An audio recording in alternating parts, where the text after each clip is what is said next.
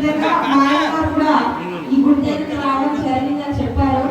మీరు చెప్పారంటే ఇక గుడి దగ్గర మాకు గోపురం కావాలని అడగాలని చెప్పారు.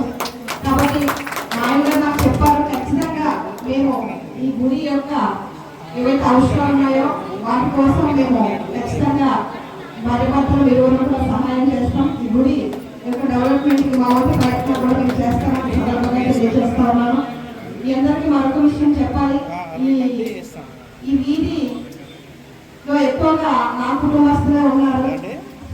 అందుకు ఎప్పుడు వచ్చినా సరే నేను మన కట్టపేటలో నా ఫ్యామిలీ నా కుటుంబం ఉన్నారని ఎక్కువగా ప్రాధాన్యత ఇవ్వడం జరుగుతుంది. మీరు అందరూ సపోర్ట్ చేయడం వల్ల ఈరోజు నీటిగా ఎమ్మెల్యేగా గెలిచింది కనుక ఈ అందరి బాధ్యత నా మీద ఉంది.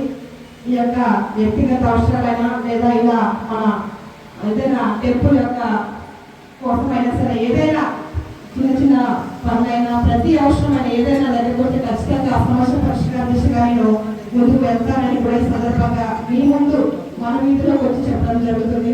దయచేసి మనందరం కలిసికట్టుగా ఈ 5 సంవత్సరం ఇలాగే కుటుంబ సభ్యులాగా కలిసిమెలిసి అభివృద్ధి సంక్షేమంతో ముందుకు వెళ్ళాలని, ఈ యొక్క ఆశీర్వాదాలు సపోర్ట్ ఎప్పుడు ఇలాగే ఉండాలని, ఈ కోదండరామయ్య యొక్క ఆశీర్వాదాలు మీ పైన నా పైన